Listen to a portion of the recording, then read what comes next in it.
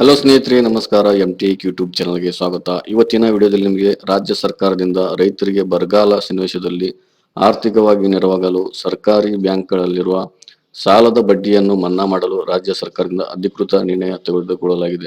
ಯಾವೆಲ್ಲ ಸಾಲಕ್ಕೆ ಬಡ್ಡಿ ಮನ್ನಾ ಆಗಲಿದೆ, ಯಾರೆಲ್ಲ ಅರ್ಹರು, ಈ ಕುರಿತು ಸಂಪೂರ್ಣ ಮಾಹಿತಿಯನ್ನು ಈ ವಿಡಿಯೋದಲ್ಲಿ ನಿಮಗೆ ತಿಳಿಸ್ಕೊಡ್ತೇನೆ. ವಿಡಿಯೋನ ಸ್ಕಿಪ್ ಮಾಡದೆ ಸಂಪೂರ್ಣವಾಗಿ ನೋಡಿ, ಅಂದ್ರೆ ನಿಮಗೆ ತಿಳಿಯುತ್ತೆ. ರೈತರ ಸಾಲದ ಮೇಲೆ ಬಡ್ಡಿ ಮನ್ನಾ ಕುರಿತು ಮಾಹಿತಿ ಹಂಚಿಕೊಂಡಿರುವ ಮುಖ್ಯಮಂತ್ರಿ ಸಿದ್ದರಾಮಯ್ಯನವರು ವಿಧಾನಮಂಡಲ ಅಧಿವೇಶನದ ಕೊನೆಯ ದಿನವಾದ ಇಂದು ರಾಜ್ಯದ 7 ಕೋಟಿ ಕನ್ನಡಿಗರ ಪ್ರಗತಿಯ ಮುನ್ನೋಟದೊಂದಿಗೆ ಕೆಲವು ಪ್ರಮುಖ ಘೋಷಣೆಗಳನ್ನು ಮಾಡುತ್ತಿದ್ದೇವೆ.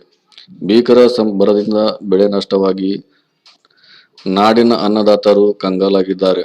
ಇಂತಹ ಸಂದರ್ಭದಲ್ಲಿ ರೈತರಿಗೆ ನೆರವಿಗೆ ಧಾವಿಸುವುದು ನಮ್ಮ ಆದ್ಯ ಕರ್ತವ್ಯವೆಂದು ಭಾವಿಸಿದ್ದೇವೆ. ರೈತರ ಹಿತ ಕಾಪಾಡುವ ನಮ್ಮ ಪ್ರಯತ್ನದ ಭಾಗವಾಗಿ ಸರ್ಕಾರ ಬ್ಯಾಂಕುಗಳಲ್ಲಿ ಮಧ್ಯಮಾವಧಿ ಮತ್ತು ದೀರ್ಘಾವಧಿ ಸಾಲದ ಅಸಲನ್ನು ಕಟ್ಟಿದರೆ ಸಂಪೂರ್ಣ ಬಡ್ಡಿಯನ್ನು ಮನ್ನಾ ಮಾಡಲು ನಾವು ನಿರ್ಧರಿಸಿದ್ದೇವೆ. ಇದರಿಂದ ಲಕ್ಷಾಂತರ ರೈತರ ಬಡ್ಡಿಯ ಹೊರೆಯಿಂದ ಮುಕ್ತರಾಗಿ ನೆಮ್ಮದಿಯ ದಿನಗಳನ್ನು ಕಾಣಬಹುದಾಗಿದೆ ಎಂದು ಎಕ್ಸ್ ಖಾತೆಯ ಮಾಹಿತಿ ಹಂಚಿಕೊಂಡಿದ್ದಾರೆ. ರೈತರು ಈ ಮುಂದಿನ ವಿಧಾನದಿಂದ ಅನುಸರಿಸಿ ನಿಮ್ಮ ಜಮೀನಿನ ಮೇಲೆ ಯಾವೆಲ್ಲ ಬ್ಯಾಂಕ್ಗಳಲ್ಲಿ ಸಾಲ ತೆಗೆದುಕೊಳ್ಳಲಾಗಿದೆ, ಸರ್ಕಾರಿ ಬ್ಯಾಂಕ್ಗಳಲ್ಲಿ ಸಾಲ ತೆಗೆದುಕೊಂಡಿರುವ ಕುರಿತು ಸಂಪೂರ್ಣ ಮಾಹಿತಿಯನ್ನು ಇಲ್ಲಿ ನೀಡಿದ್ದೇನೆ ನೋಡಿ. ನಿಮ್ಮ ಹೊಲದ ಒಂದು ಪಹಣಿ ಇರುತ್ತೆ, ಈ ರೀತಿಯಾಗಿ ಇರುತ್ತೆ. ನಿಮ್ಮ ಹೊಲದ ಒಂದು ಉತ್ತಾರಿ ಏನಂತಿರಲ್ಲ, ಅದು ಈ ರೀತಿಯಾಗಿರುತ್ತೆ.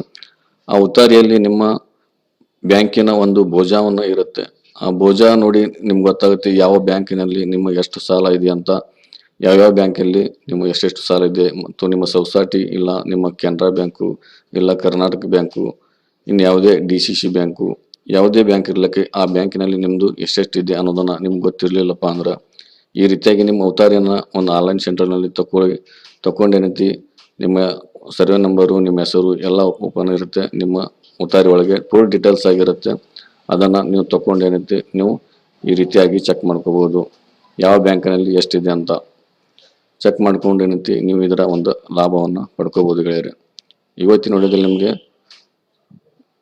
ರೈತರ ಸಾಲದ ಬಡ್ಡಿಯನ್ನ ಮನ್ನಾದ ಬಗ್ಗೆ ತಿಳಿಸಿಕೊಟ್ಟಿದ್ದೇನೆ. ಮತ್ತೆ ಮುಂದಿನ ವಿಡಿಯೋದಲ್ಲಿ ಮತ್ತೆ ಬೇರೆ ವಿಷಯದಲ್ಲಿ ಮತ್ತೆ ಭೇಟಿಯಾಗೋಣ. ಅಲ್ಲಿವರೆಗೂ ನಮಸ್ಕಾರಗಳು.